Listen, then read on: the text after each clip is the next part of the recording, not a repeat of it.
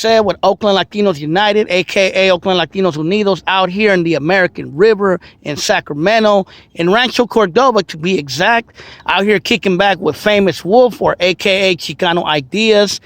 And he does a YouTube channel. He's been doing this since 2015. He was one of the second Chicanos that I seen on YouTube repping for the Chicanos, for the raza. And we're going to talk to him a little bit and talk about his life and why he did his YouTube channel and a little more. So introduce yourself. So I'm Rudy Chicano Ideas. That's my YouTube channel. Famous Wolf, if you guys already got me on Instagram, because like I say, Famous Wolf and Rudy, they mean the same thing. They're two in one. So I like to give my thoughts and point of view about the history and the culture that I learned of understanding what is Chicano, what is the history of being Mexican, of colonialism I like to talk about, and just share my thoughts and point of view on, is there any other Chicanos, thinking like I'm thinking? Are they looking into this stuff like I'm looking into it? Are any other Chicanos out there wondering where's our people at and why are we not relevant? Because when I dropped my first YouTube video in 2015, the only people I could find was Naui, Oakland Latinos, the Mexica movement, and various people who were from the Mexica movement had their own channels. But and there was the Mexican Samurai. So, and watching all the black YouTube community channels, learning about Louis Farrakhan, Dr. Boyce, Brother Polite, Young Pharaoh, like the Israelites, all these cats, whether if you don't like them or not, these brothers are historians within their own community and they know what they're talking about. And there's nobody for us, even till 2021, we're still not that relevant, and we don't got people speaking up, sharing thoughts and point of view of what is a Chicano, how are we going to move, and what's our plan and goal living in the system of the United States. So I had a question. You self-identify as Chicano, and I do too as well. But I wanted to ask, what made you self-identify as a Chicano? Where did that originate from? Okay, so growing up, I always heard the term Chicano from my family. I was always told I was Chicano. My grandfather, my mom's dad, so our great-grandpa, was an Apache native born in Tijuana in 1922, and he always grew up telling our family that we were Chicano. So it's something we always heard, something I always was recognized as, and I never grew up being told that I was Hispanic or Latino, even though we didn't really know what those labels mean, unlike I do now, but I was always taught that I was Chicano. Okay. And what made you start the YouTube channel? So when I was watching all these brothers in the black YouTube community channel, and a lot of these powerful brothers, people who are part of the Nation of Islam, people who are part of Sinetta, the Israelites, the Moors, whether if it was Dr. Boyce talking about economics, just the way they speak, just the way they believe in their self, in their community, their culture, it inspired me because, like I was saying in the beginning, and especially in 2014, there was nobody talking, trying to share who we are and what we are.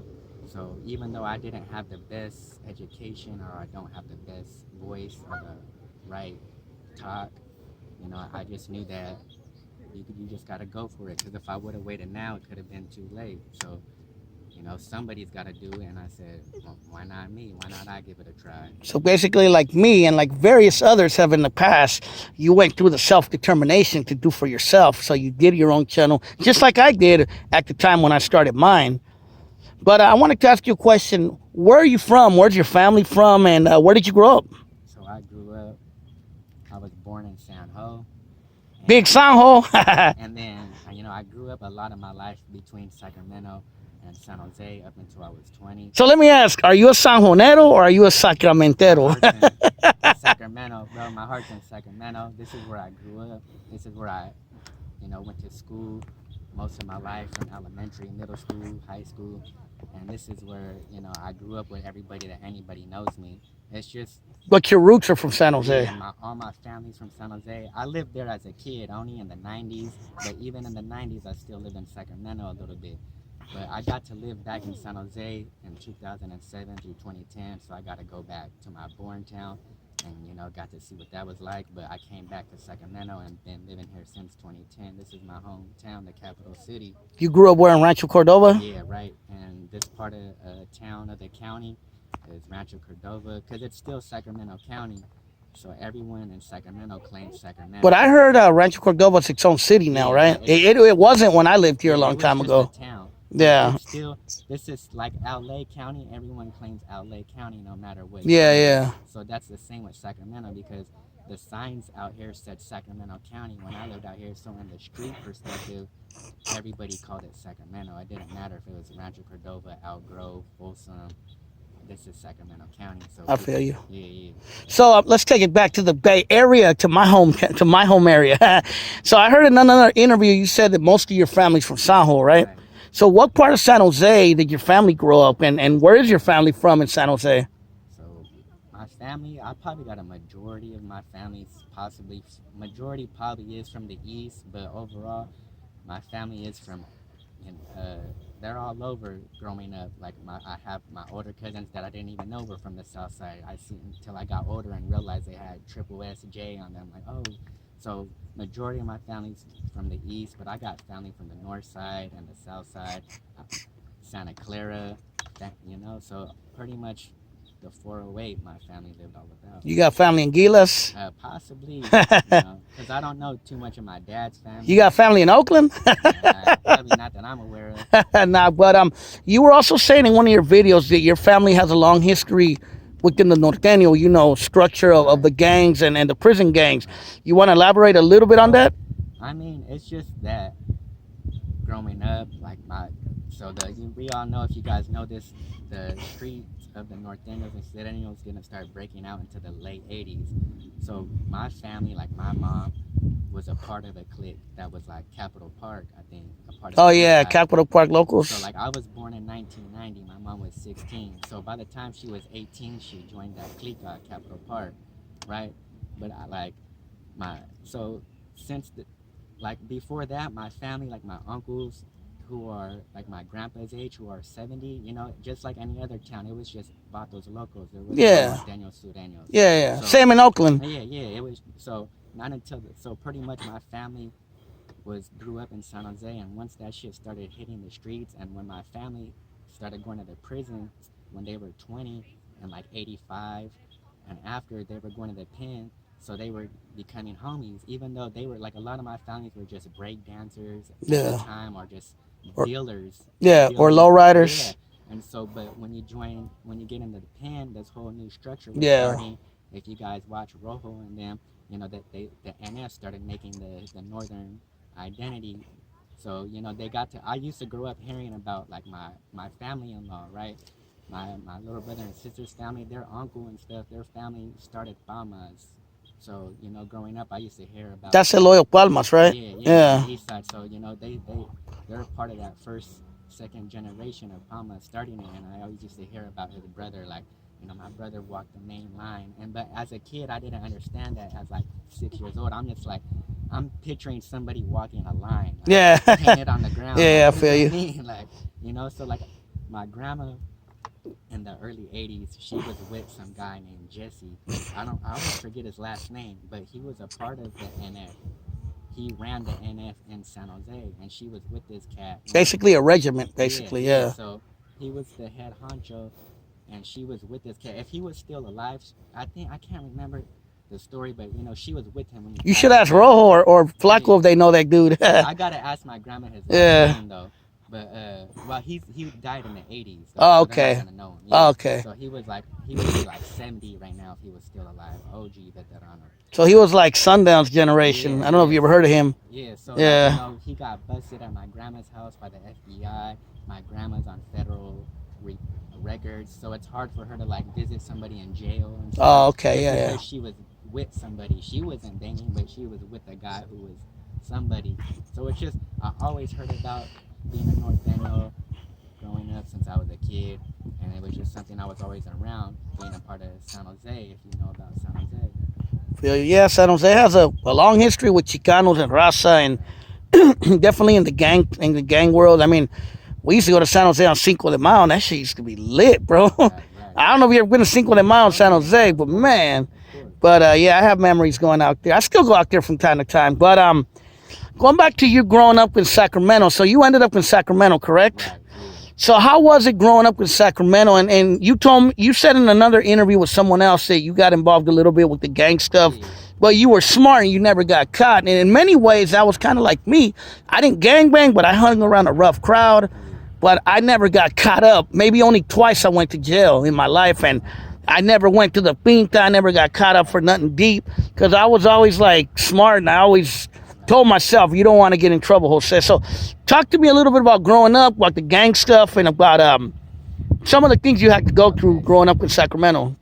So yeah, in Sacramento it was different growing up when I came out here because all my family's from San Jose, so I seen nothing but cholos and northerners. So I moved to 99. My family moved out here. It was a whole different program for them. For my uncles, seeing all these brothers, all the parus, and dressing like a cholo out here when we came out here in the 2000s during the hyphy era. Oh yeah. It was kind of like you were a Sureño possibly, and so yeah. Even though these dummies don't know, in the Bay, everyone used to dress cholo back in the days. Exactly. So even in Oakland. Yeah. So as I got into middle school, and people knew my uncle, and so I just started kicking it with the guys that lived in my neighborhood, but I didn't know them yet. So until middle school, because I went to a whole different other elementary school than the neighborhood one, so I didn't get to know these cats in my neighborhood.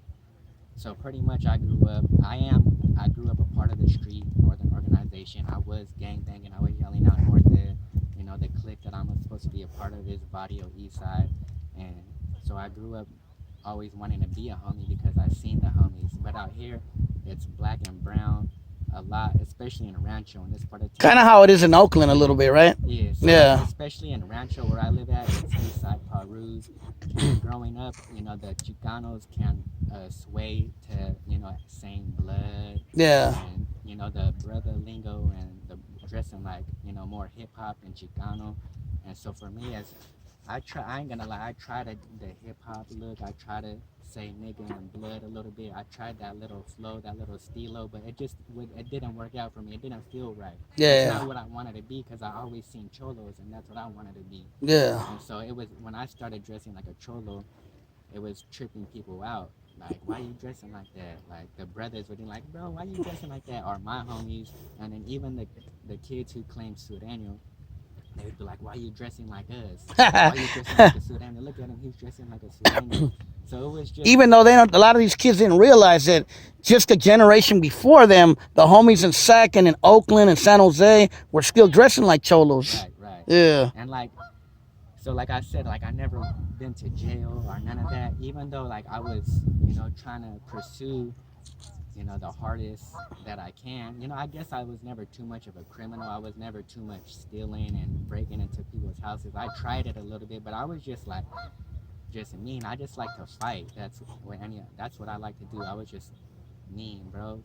And especially I'm a little guy, so I just pushed myself and conducted myself differently. I wasn't too much of a dumbass because in the end I always knew I didn't want to go to jail. Yeah. So I didn't do too much stupid criminal activities like breaking into people's houses and shit to get caught up in that. But I just always wanted, in myself, I always wanted something more of myself. But I enjoyed this gang banging identity as a kid, I feel it. I think a lot of our youth, when we're growing up, we fall into that trap. We see the homies in the... what we call brotherhood. Yeah, we see the homies in the hood, and we see the dudes with the flashy cars and flashy clothes and whatever, you feel me? And you want to be a part of that, but a lot of times we don't realize that that's a trap, you feel me? And you end up in jail, you end up dead. At least in Oakland, where I'm from, you could end up dead real easily if you're living that lifestyle. So, I couldn't see where you're coming from because I was hanging around a rough crowd and I never did a lot of dumb shit, and that's probably what prevented me from going to jail. Now, I did get in trouble here and there, but I never got into a lot of dumb shit, you feel me? Yeah, and it's weird too, because I know cats that you would never think who've been in prison and they went to prison, and these cats who've been in and out of jail, and they asked me because they knew the type of kid that I was, but see, I was just always fighting. Like I said, I was never doing break-ins and shit. I was just a violent kid. Would you consider yourself a bully or someone who was just protecting yourself? I was